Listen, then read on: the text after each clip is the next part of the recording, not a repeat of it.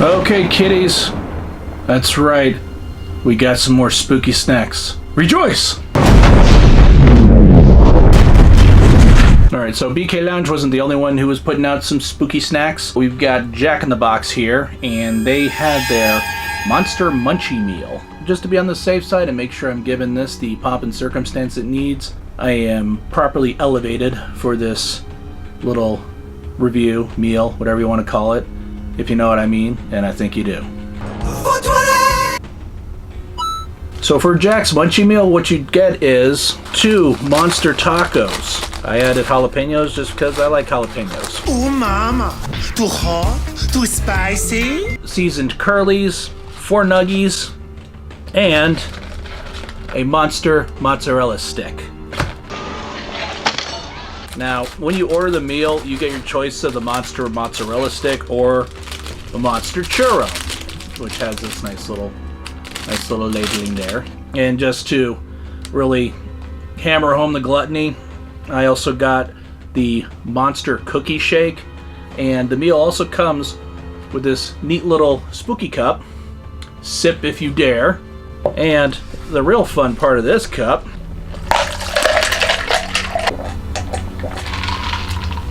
and look, it changes color. Gets all nice and purpley. Lots of fun. Of course, we've got monster tacos, so what goes with tacos? Hot sauce. And I'm not just going to use the packaged hot sauce from Jack in the Box. But don't think of me as an idiot. So in keeping with the theme of today's meal, we got some Hellfire hot sauces. Halloween Hell, the Bloody Snot, which is a variation red on their Zombie Snot, one of my favorites. And lastly, the Vampira Abomination hot sauce.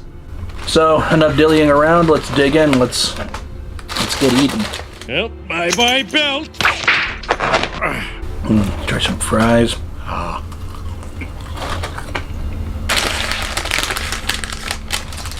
Again, look at the creepy packaging. All right, let's go with some. Oh, yeah, you missed it. I'm gonna go with the Halloween Hell. It's a really good table-style sauce, but that's got some good heat and good flavor. But that's to be expected from Hellfire hot sauce.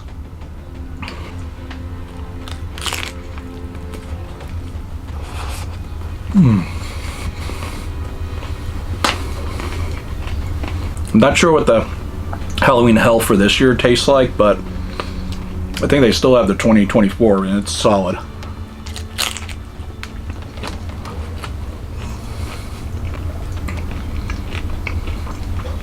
Add a little more.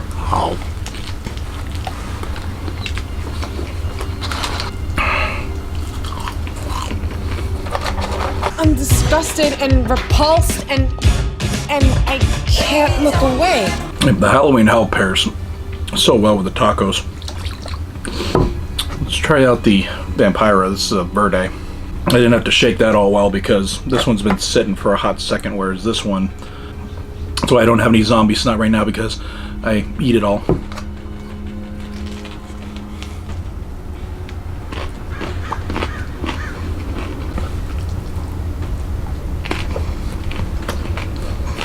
Let's get some nuggies. Put some hot sauce on my burrito, baby. You know you look good to me.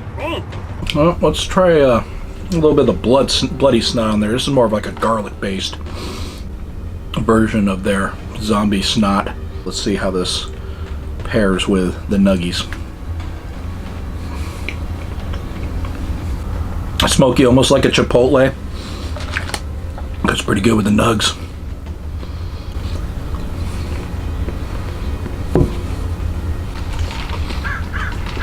Color changes spooky. Really, can't you? Oh, no, don't worry. Just keep your hands and feet away from his mouth. While I'm sitting here, I'll talk about some movies that we've seen recently that I haven't posted mini reviews on because I'm slacking like a motherfucker. Went to Screamfest LA and we watched Dolly. We enjoyed it. We thought it was a really good little independent horror film. Felt very grindhouse, very grimy, very filthy and dirty. The practical violence and gore was also top-notch. It's another entry into the backwoods horror murder hick genre, I guess. And I'm all for paying homage to horror movies of old, but when certain beats happen from a previous better movie, it takes me out of the movie. It doesn't make me dislike it, but that happened a couple of times. Overall, I thought the primary baddie, Dolly, was very menacing, played by a pro wrestler. The lead was actually very smart and resourceful, except for the times that she was not. I gave Dolly 3.5 out of 5 stars. I'd check it out. I'm gonna watch it again when it's released. Alright, now we got the monster mozzarella sticklets. Let's see if BK Lounge can learn a thing or two about a cheese pull.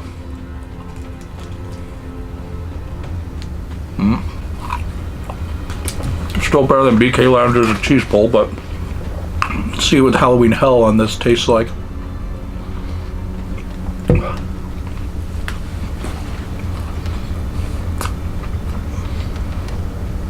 Yum. Oh, that's magical. Try some Halloween Hell on a nuggie. Ow.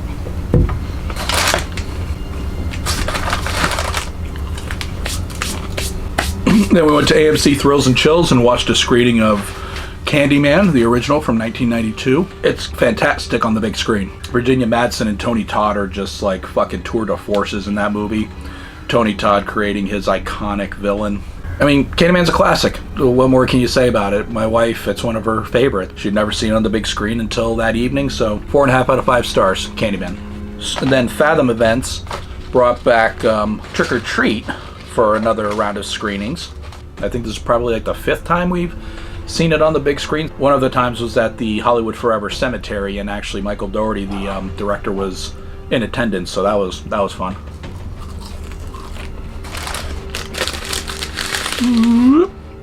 So yeah, Trick or Treat. My wife and I were day one fans. We previously followed the trailer and followed the announcements and whatnot, because this movie was filmed 2 to 3 years prior to when it was actually released, because Warner Brothers they didn't have faith in it, I guess, and then it just went to direct to DVD, which we got the day it released. Pretty much up until it became Spirit Halloween's bitch. If you had watched Trick or Treat, at least in our circle, it's because my wife showed it to you or loaned you a copy. We've got so many copies because we lost them and we had to replenish them. Trick or Treat, 5 stars. It's my second favorite movie that takes place on Halloween. And I'll give you a wild guess what my number 1 is.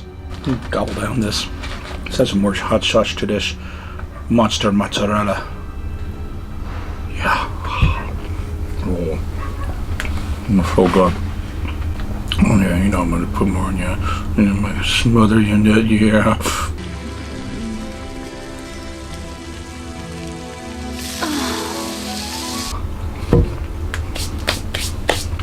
No hot sauce for this guy, but let's check out the Monster Churro.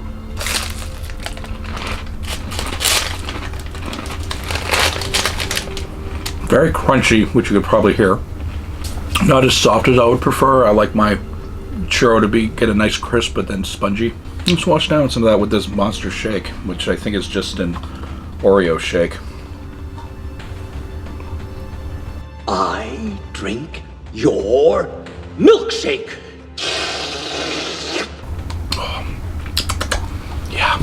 And we'll finish off the other monster taco here, and I'll tell you about the movie we saw earlier this week, which is Black Phone 2, the sequel to The Black Phone, which was written by Joe Hill. First bite.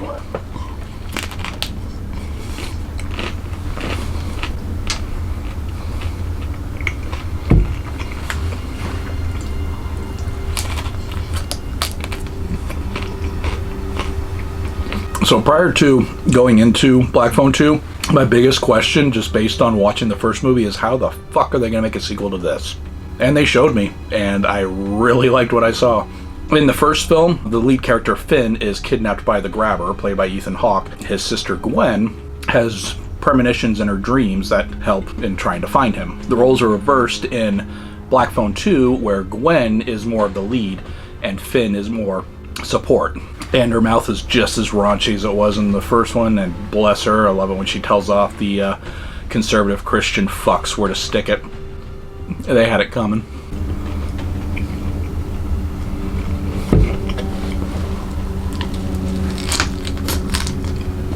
So one of the elements that I liked was when she got into her dreams, the film kind of turned into like an old grindhousey, like VHS 16mm sort of looking thing, which was awesome. Also, some elements did kind of remind me of a bit of Elm Street a little bit, which I enjoyed. I think it actually made the story and whatnot grow. I enjoyed the supernatural elements in this one. In fact, I liked this one better than the first one, and I enjoyed the first one. The only thing that was really a negative to me was there was some plot devices that were a little too convenient. And that's all I'll say because I don't like spoiling movies. But 4.5 out of 5 stars for Black Phone 2. I highly recommend it. It's in my top 5 of my favorites of the year so far, so go check it out. As I bite into this hot sauce taco monster.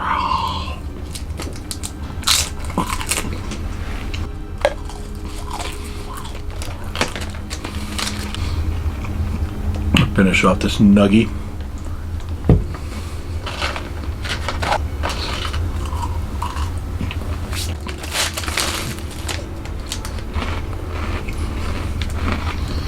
They should have offered like some kind of an icing or a chocolate or something, not for dipping. I'm not gonna lie, that churro's kind of rough to get through.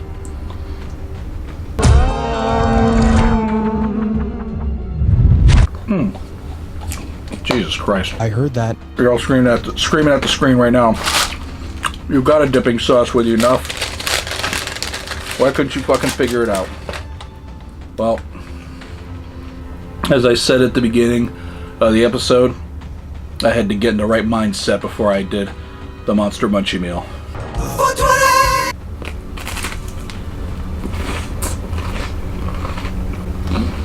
There it is. Don't you have any respect for yourself?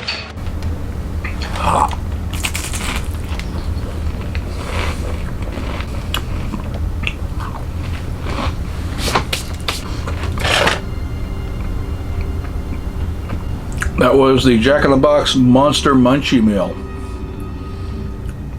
That hit the spot. It hit several spots.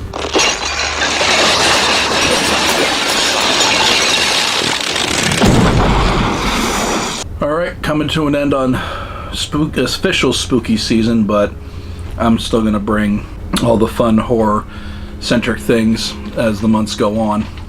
Come December, we'll probably talk about some Christmas-themed horror movies. I drink it up! Don't bully me! Thanks for sitting down and watching me wax on about movies that I've watched and watching me feed my fat ass. Appreciate yous. See you on the next one.